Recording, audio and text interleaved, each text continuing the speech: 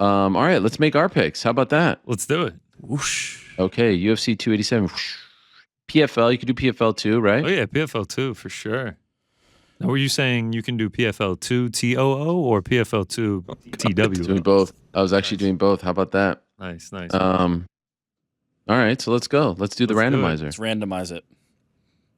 Wait, am I first, or is it starting off? No, it hasn't randomized yet. No, Oh, okay. it hasn't done its thing. Sorry, it took a minute to warm up there. You get to crank it. Wow, you know what? Ariel is first. I gotta say, I used to be like first every time. Yeah, Now I'm last. I think every we time. all go through these valleys. There was one point where I was like, I think I've picked last, like Yeah. 19 times in a row. I've taken that from you. I've inherited the last. Either way, Ariel, you are first. I will go second. Frank third. Rick Pulling bringing it up up. the caboose. Oh my! I really like the line on this. It's always good Joaquin when we go Buckley Ariel Michael Chiesa first fight. because he's always Yes. so prepared and always has it like Yeah. right on the tip. We got a oh boy this Whoop. time. I just heard someone. It sounds like you like someone. Yeah, I like the line in this Joaquin Buckley Michael Chiesa fight. How did we not even ask about that? I don't know. It was just we were locked in. You know, he was giving us good stuff. Well, he was also like talking about real fights. Yes, that is Which true. is- Yes, that is yes, true. yes. I just can't believe we have a lineup for that, and it's I know. not happening at An all. April Fool's joke. I thought it would look good against Ponzinibbio. I am gonna go with. You know, I'm looking at this Larissa Pacheco line, and I don't. Julia Budd is tough. You know, Yeah, she is tough. not sure if I love it. If I'm being honest, I'm gonna go with. How about this one for all of you, Mr. Biagio Ali Walsh. Yeah, okay. Nice. Shout out, shout out. The grandson of one Yes, Muhammad Ali. that's my pick. Money All right, line. He's minus 600 or so against Isaiah Figueroa. Yeah. I'm actually on Figueroa's street right now, so it felt apropos. Oh, wow. Wow. That's that's Yeah, beautiful. it's a lot of kismet. information. I'm going to head to the alternate total rounds page. One of my favorite pages on DraftKings Sportsbook. I'm going to take the alt line in the Kelvin Gastelum Chris Curtis fight. I'm going to go with over 1.5. Minus 400. Over 1.5. Kelvin obviously never knocked out Chris Curtis. Incredibly tough, durable guy. I think it's going to be a great fight, but I think it's going to go on the longer side. All right, who's up next? Frankie. So there's been some rumblings that the card this weekend for 287 is kind of like a dog's card. So I thought I would pick. No, I'm not going to pick a dog, but I am going to go with Where are these rumblings coming from? from the control room, on the other side of the Okay. control room. Big conversation. The thing was that you can make a play for most of the underdogs this time and not be too surprised. But I'm going with Kevin Holland. Oh, that's Spicy. a fun one. Minus 250. Santiago Ponzinibbio. Nice.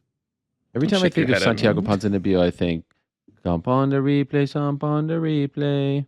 You know that song? Yes.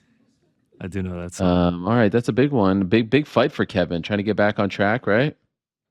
Yes. I mean, yes, but Kevin's the type of Ponzinibbio's guy like. tough.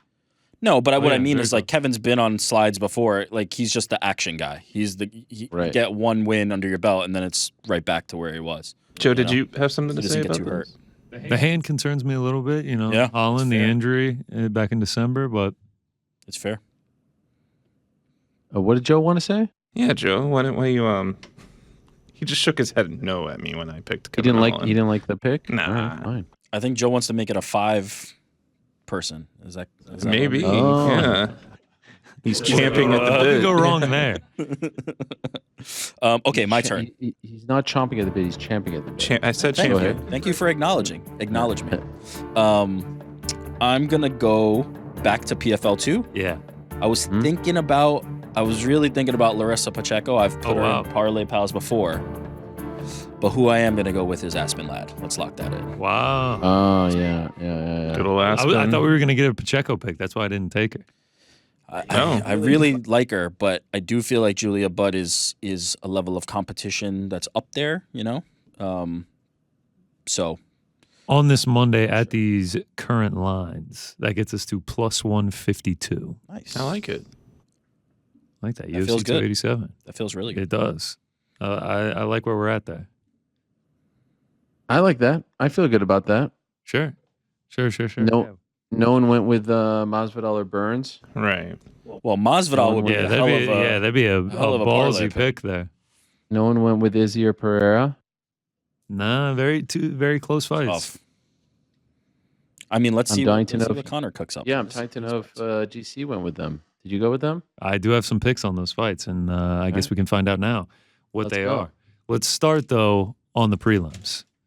Steve Garcia, Shailen Nordenbeck. I'm going to go with the under 2.5 in this one. Steve Garcia, man. I mean, you're going to get a brawl when this guy comes in here. 6 of his last 7 have ended in the first or second round. He brings the pressure. He's constantly moving forward. He has finishing capabilities. He's been finished. Same thing with Shailen. Yes, 3 of his 4 fights in the UFC have gone to a decision, but prior to that, I mean, he's got 29 wins by finish. 29 of his 39 wins have come by finish. I think Garcia is going to come in here, push the pressure, and someone is going to end up getting finished. Obviously, the way it loses, if Nordenbeck falls back on the wrestling and just kind of lays in praise, and Steve Garcia isn't able to get off, but I think he does, and someone gets finished in this one. Next up, Frank mentioned it, man. Dog card. This is a tricky card to navigate. I'm going to start with my first one right here. Cynthia Calvillo. I'm going to play her at plus 240. How does she win this one? If Loopy can't consistently wrestle throughout this fight. I mean, after the Angela Hill fight, there's no telling if she's going to be able to, or if she's even going to go that route. I mean, if she stands and tries to box with Cynthia Calvillo, I think it's going to be a very close, contested fight, especially if Calvillo's using the pressure. She's moving down to 115 for the first time in, I believe, 4 years. I think she, might have the size advantage in this one. Or if Calvillo wrestlers herself. At the end of the day, I think this is going to be a very close fight. I mean, unless Loopy does what she did against Carnelossi and just ragdolls her for 15 minutes. I don't see that happening. I think it's going to be very close in mid-level women's MMA, plus 240. I'm willing to take a small shot on Calvillo getting it done.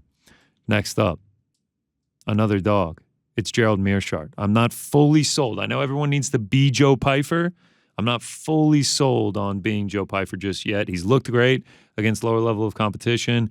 He did a grappling match against Eric Anders. He looked great there as well.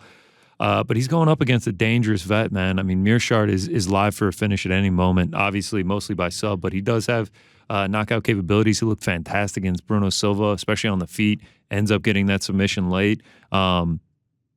Sure, Joe Pyfer could come in here and starch him, and I'm going to look dumb with egg on my face. But with this step up in competition that he's getting against Gerald Meerschaert, the massive experience gap that Meerschaert has over him, I'm going to lean with the veteran being able to get it done here. Plus, the danger that Gerald Meerschaert presents. He's never out of a fight until the fight is over. So I'll take the vet at dog money in this one. Next up, speaking of experience, both these guys have that. Kelvin Gastelum much more in the UFC though. Still only 31 with, I believe, 20 UFC fights, which is just crazy. He's coming in, obviously, on a skid, lost 5 of his last 6. But in this matchup, I think he's going to be able to use the volume. I think he's going to be able to stay upright, which is something that a lot of Chris Curtis's opponents have had issues with. He's got that knockout power, but Kelvin Gastelum is hard to put out. Just because you haven't been knocked out doesn't mean you can't be knocked out. But I mean, he is tough. He is tough as nails. I don't see him getting finished here. I see this being a super close fight. This line has had weird movement. When I took it, Gastelum was at plus money. Now he's at slight minus money. But I think over the course of the 3 rounds, he's going to be able to get the volume off. He's going to stay up. He's going to use the pressure, and he's going to be able to outpoint Chris Curtis over the course of the 3 rounds. Another dog onto the main card, Rob Font. I'm taking him. This is a big step up in competition for Adrian Yanez. And how does Rob Font win this fight? We've seen Yanez start slow. We saw it against Randy Costa. Took him a little bit to get out of the blocks against Davey Grant in a super close fight. Who doesn't start slow? Rob Font. I mean, this dude puts out volume. He weaponizes his volume. And, the thing that has got him in the last few fights, despite super out-voluming his opponents, he has been chinned. He has been knocked down 5 times in his last 2 fights. Obviously, that's a worry here against Adrian Yanez, but you've got to learn from your mistakes. I still believe in Rob Font being a top 10 fighter in the bantamweight division, and there is a real path to victory here by avoiding the power shot of Yanez, staying on your feet. And a lot of people are saying that he's been chinny lately. I know he's been knocked down 5 times in his last 2 fights, but he's never been knocked out in his entire career, so you really do have to put him out. But the path to victory for him, start fast, stay fast the entire way, outland him, which would not shock me at all, over the course of the three rounds, outpoint him, and get it done. So I like, again, another veteran at dog odds. Next up, we talked about it, the co-main event. We talked about the dogs. Michael Chiesa said it best. I mean, Jorge Masvidal beating Gilbert Burns is probably unlikely. But we're in the 305. Oh, I think there's a slight chance. I really do. Me and Rick were talking about it beforehand. Obviously, Gilbert Burns, incredibly game, incredibly tough opponent. BJJ, if this goes to the mat, there's a very real world where he just walks through him, or he just lays on him for 15 minutes and just does damage from top the entire time, or he finds a sub. Though I do think, a lot of people are saying he's just going to get choked out. 27 fights across Strikeforce and UFC, he's never been subbed. Like, he's not just a fish out of water on ground. Yes, it's kind of looked that way with his last 3 fights being against Usman twice and Covington once, but those are fantastic wrestlers. Gilbert Burns really isn't that. Once it gets to the ground, he is incredible. But getting it to the ground, Jorge Masvidal has a decent takedown defense. And if it stays standing, I think Masvidal is completely live in this fight. And I really think there's a world where that happens. And at plus 380, that's giving me a 20% chance to win. If this stays standing, I think it's much larger than that. I mean, we saw him catch Colby Covington. His last 5 wins are by knockout. I really do think he could find some success in this.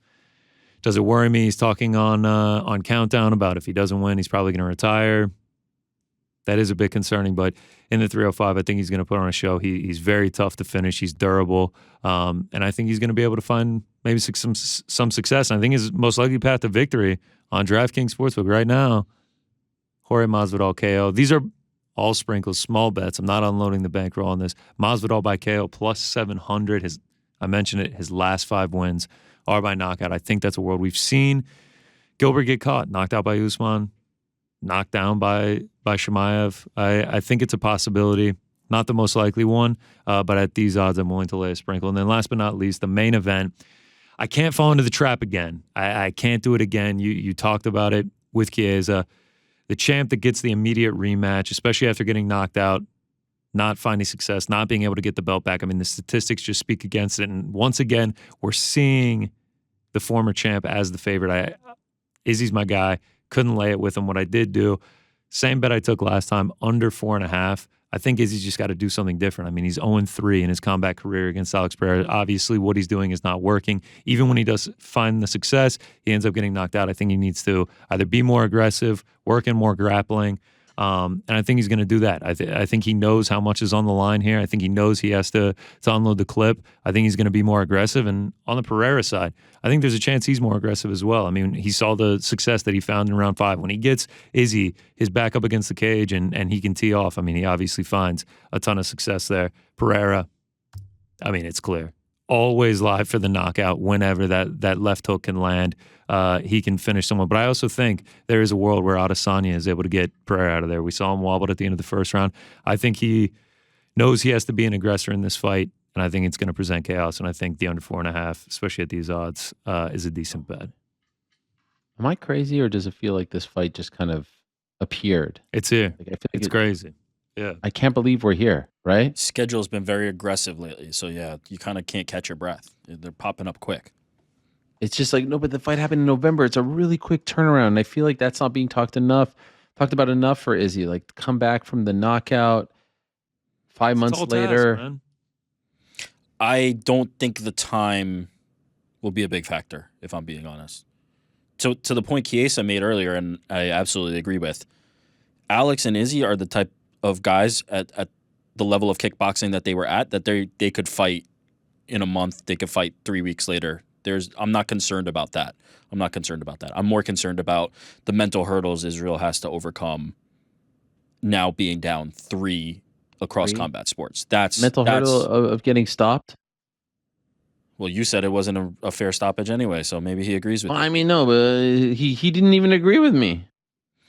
I'm the only one who says it wasn't a fair stop. Is there anyone who's actually agreed with me on this take? I've seen it, but those people are wrong.